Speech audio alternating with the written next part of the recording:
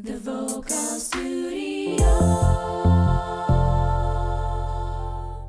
Hello, everyone. Welcome to the Vocal Studios podcast, Find Your Inner Voice. We talk about music, singing, and vocal coaching and life around it. We're the vocal coaches at the Vocal Studio Singapore, and today you're here with me. I am Hanna. Welcome back, and thanks for joining again through the podcast or the YouTube. So last week, Nisha covered about our coach Nisha, beautiful coach Nisha, covered about the gospel music. So this month, our podcast topic is gospel, the artists that you can listen to, the history of it, the just general knowledge about the gospel music, and then songs that you can tune in and listen and learn. The recommendations coming from the vocal coaches at the Vocal Studio Singapore. So if you wanna know more about the gospel music, if it is something that's very new to you, if you want to learn about it and get introduced, please check out the podcast done by Coach Nisha, Introduction to the Gospel Music. And she's also a great artist and gospel singer herself. So if you also want to know and learn more about gospel music, you can always come over and find Coach Nisha. Okay, so today's topic, I am going to narrow it down a little bit more to the artists, the gospel artists that you can listen to. And these artists are of my choice. So the ones that I think is very nice to know, and also who left some significant meaning and then the impact on the development of the gospel music. And I'll also introduce some singers and artists that I like from contemporary Christian music. Okay, good. So, yeah, the first singer that I wanted to introduce to you is not a solo singer. It is actually a group. So the group is called Fisk Jubilee Singers. So these are the group of African American singers who were attending Fisk University in late 1800s. So 1870. 1870 and 1871. These were the students, African American students, who were attending Fisk University in Nashville and in Tennessee. So this was the first university that offered education programs for the people, irrespective of their skin colors. So, the African Americans could also attend the school, which was very, very bold thing during the time because it was only the beginning, of the year or the time that the African Americans, they were gaining, they were struggling, and they were starting to fight for their civil rights and also earn their social status in the country. So the university was facing some financial difficulties after 5 years of operation, and then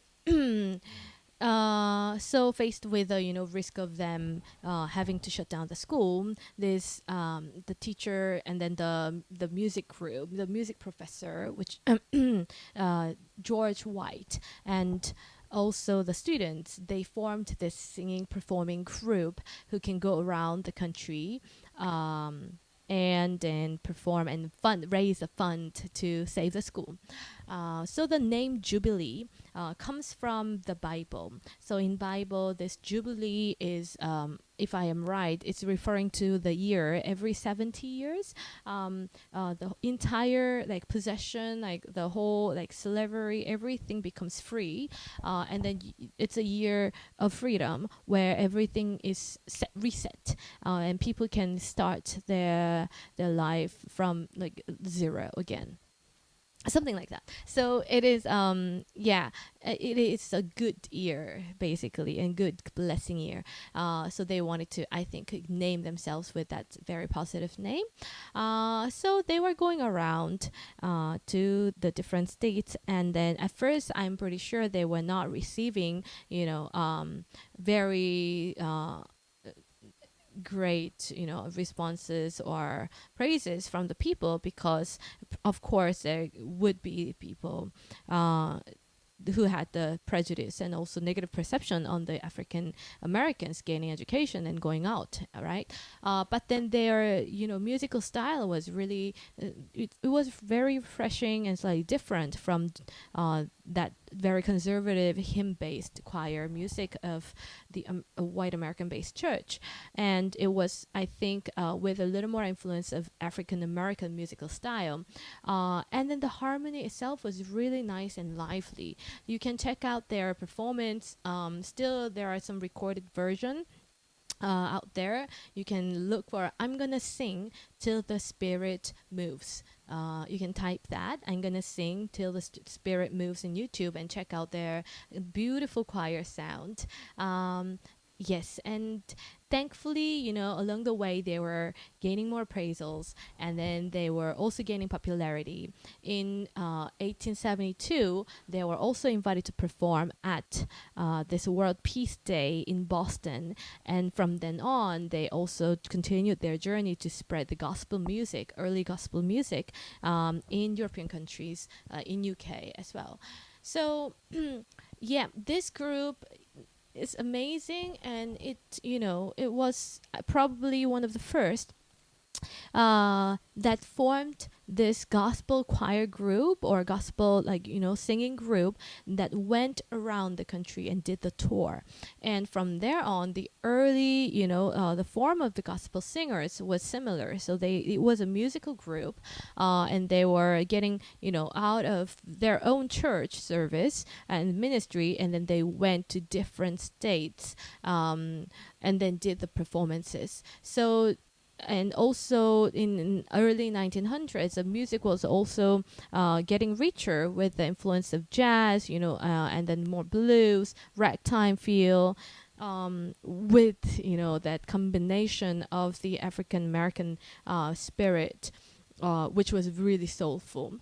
So the music was getting rich, and during the following the singing groups that became really popular were the Caravan and the Word Singers, with Clara Word in it, and Johnson Singers. And so these groups would have different members joining or leaving at different time, but yes, these were the groups who also gave that life for the gospel music.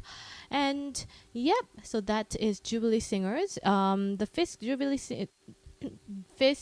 Jubilee Singers are continuing their legacy because the university is still there, and then they do have the current students who are still yes, taking on that job of spreading the gospel. And you can check it out on the website. I think they also have the performances as well. During COVID, you might not be able to find any, but if you're in States, and you could possibly also look into their performances as well. Okay, so the second singer that I wanted to introduce to you is the one that follows the Jubilee Fisk Singers several years, probably two decades later, and it is Mahalia Jackson. I just mentioned to you about several like choir groups that were popular during early 1900s, and Mahalia Jackson was part of the Johnson Singers. So Mahalia Jackson, I think of her as an inspiration for the gospel solo artists. She was, I think, one of the very big important influence for later the artists that to come, which is great, like legendary soul artist Aretha Franklin. So, but before mentioning Aretha, I needed to just point out about Mahalia Jackson because she came earlier than Aretha Franklin, and she's the one who contributed to the debut and then also the career of a gospel solo artist. So, and she's also the one who dedicated fully to the gospel music in most of her career. So she was not actually going into the popular music field, the secular music, right? And she decided to stay with gospel because it was something that she believed to be her life passion and purpose. um, she didn't come from any kind of formal musical education, like not just a general education at all. So yeah, Mahalia Jackson is both of her parents, the grandparents themselves were slaves, and then the parents were still in a very living in a very poor condition. The parents divorced, separated basically when she was very young, and then she Mahalia Jackson was living with mother, but then the mother also passed away when she was a young child. So she was raised by aunts and relatives, and this aunt that she was living with was not really nice to her. So she had to do all the house chores and other kind of work to make her ends meet and survive. And so what happened was there came to a point where she was almost enslaved, and then eventually ended up being kicked away from the house. And there was another, aunt, I guess, who was leaving to Chicago looking for the jobs. So she followed. This aunt took her to Chicago. It was during the time where the Great Migration happened, where the black African Americans, they were moving more close to the northern states to look for better jobs and opportunities. So so when she reached the Chicago, the churches there, they were still their musical style in their service and ministry was still in very traditional form. And what Mahalia Jackson was more used to and familiar, was to really freeing out her voice and then just interact with a choir, right? So that way of singing was something that was very not common in Chicago. At first she was not gaining very much popularity or like attention. But what happened was she met this songwriter, composer. I have to look up the name. Yes, so there was this composer who found about her, and in in the intention of selling his own songs and the music, he made Mahalia Jackson stand at the corner of the road, like a Chicago street, I think, and then let her perform. And this gained, brought attention from the people. And also what happened was, as more people were moving to Chicago, there were from the southern area, the this like the new bees in the town, they were looking for also the music in church that they could relate to. And then Mahalia Jackson also was also from south as well. So the churches, they needed to attract the crowd as well. So what happened, more churches, they started to invite her. And then she was, getting popular and popular with her voice, beautiful voice. Even though she didn't have the, proper like a musical training, her soulful singing with very deep voice was just good enough to move the people's heart. It was amazing performances. So yeah, this is how her career kick-started, I guess. And then and later years, she, I think, for some time refused to gain money from it, and she still actually worked during the daytime. She needed to do the house chores, and then the aunt who brought Jackson to Chicago also fell ill, so she needed to take care of her. And then she was also running a hair salon, with the Madam C.J. Walker brand, and she was really like yeah, what do you call it, like independent, very independent. And then her, even though she was passionate about the music, the financial needs she was still fulfilling from other side of, working hard. And later it went on to the point where she was now touring.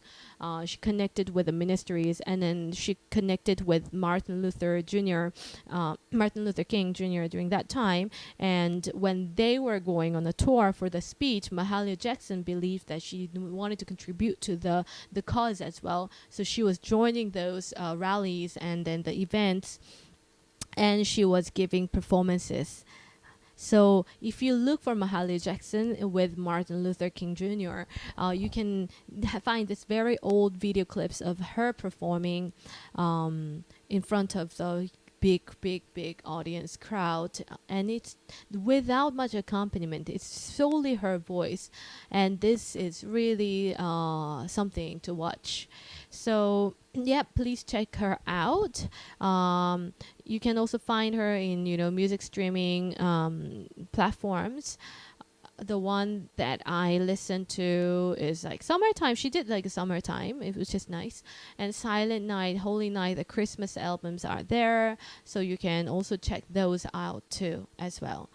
Yep. So Mahalia Jackson is a very good inspiration, and she gave birth to, the solo music artists, like gospel artists. And also she opened the window, I think, to the golden age of the gospel music, which was between 1945 to 1965, during that 20 years period. So the gospel, the musical foundation, the root was becoming strong, and that was a time when our third artist that I would like to briefly comment, because she's so amazing. She's just so well known. Like so many people know her already. Legendary singer Aretha Franklin. So I'll just mention a little bit more briefly about her in the context of the gospel music, because her career reaches out to so many other things, and she's just phenomenal. But today I'll mention a little bit about how she walked into the gospel. So Aretha Franklin is she's basically called as soul, the queen of soul. She is born as a daughter of a pastor, a preacher, Reverend C.L. Franklin, and I think the mother was also an artist, even though the either singer or the organist, pianist, and they actually the parents divorced. I think they separated when she was young, um, and she was staying with the father, and because her father was a very influential preacher who had an amazing voice, known to have a very great voice and inspirational speeches. So I think he was also giving, the tours to the different towns, and then giving, the sermon or the speech, and then people were just, really inspired by that. He was also gaining a lot of money, a lot of the popularity. So he was becoming a celebrity, and because of that, there were also, the artists, like a musical artist, gospel artist, who was working with him, and other celebrities would visit him at home as well. So yeah, some of the people who were close around him were, the word. Remember the Clara Word that I mentioned about word singers? Clara Word was there. Ines Andrews was there. She was another really good singer. And Mahalia Jackson was also, I think, a close friend who was looking after her as well. So Aretha Franklin grew up in this, environment where she was musically very exposed to the gospel music, and actually to the, the best artist during the time, and she herself was an amazing singer to begin with. Um, so she started her singing from church, right, and the ministries. And at the age of 12, she already did some recordings, and you can listen to her singing if you look for the young Aretha Franklin singing at church. You you cannot believe that it's the voice of a child. It's so deep, and it is just very soulful, and it's really, even though she's young, you can feel that roar coming from that young Aretha Franklin. Um, she herself, I think, carried a very dynamic life. Um, yeah, and during my research, I found out that she also gave birth to the child when she was teenager, only teenager, like early teenager, 13 years old, and so her life, I think, was full of so many different things happening. Maybe that was something that contributed to her singing. Uh, but whichever the reason was, she was a very amazing singer. Maybe, if we talk about musical prodigies and then geniuses, and I think she could be the one who actually falls into that category. um yeah, so and when she was 16, she met Sam Cooke. So Sam Cooke was also the music composer and then director of the choir, like the gospel groups. And then he was also going into that popular music and secular musical field. And when Aretha Franklin was 16 years old, about 18 years old, I think, she decided to pursue her career as a singer. And then I think for some time, her father wanted to be the manager to support her. And then she signed the contract, with different labels, Columbia, and I think she started releasing the albums. Yeah, but then her root was very, strongly founded upon that gospel music, and I think it is continued to influence her and then helped her build her way into the main, soul, and that really helped her to also like open different doors and in the music and make contributions, humongous contributions to the soul music, and just across any type of music. She's a kind of voice who you can just lay on any music, and she will make a beautiful art, like piece of art. So yes, this is the story of the three like musical, gospel artists and the musicians that I wanted to introduce to you. And I hope you found it interesting. I will just briefly mention some contemporary Christian singers that I personally am fond of and I like listening to. One is Sam Oak. He's a solo artist, Korean American, who not only does the gospel music, but he does have the Christian contemporary style, and then the messages that are also showing his the faith in God. And another group that I wanted to introduce was it's called Avalon. It's an American group choir. Now I don't know whether they're active, but when I was young, I actually collected their albums because I really loved it so much. And yeah, so you can look out for Avalon, beautiful, like two male and two female voice. It's kind of like Ava feel. And my favorite song from their albums, there are many, but then Adonai was a song when I was very young, when I felt like I was in trouble. It was a song that I listened to when I was praying as well. The others, yeah, artists, like contemporary artists, you can really look by searching. Oh, the Kirk Franklin, Yolanda. These are the artists that Nisha also mentioned for you to check out. And if you want to know more about how, to sing gospel music and how to understand gospel as a musical genre, we are here to, continue conversation with you. If you have any suggestions about the music, please leave the reply. If you want to share more about, the artists that that you want to recommend, or details of the artists that I've mentioned, feel free to also add. Okay, thanks for tuning in, and I hope you have a great day and great week ahead. And let's keep singing. Goodbye, everyone.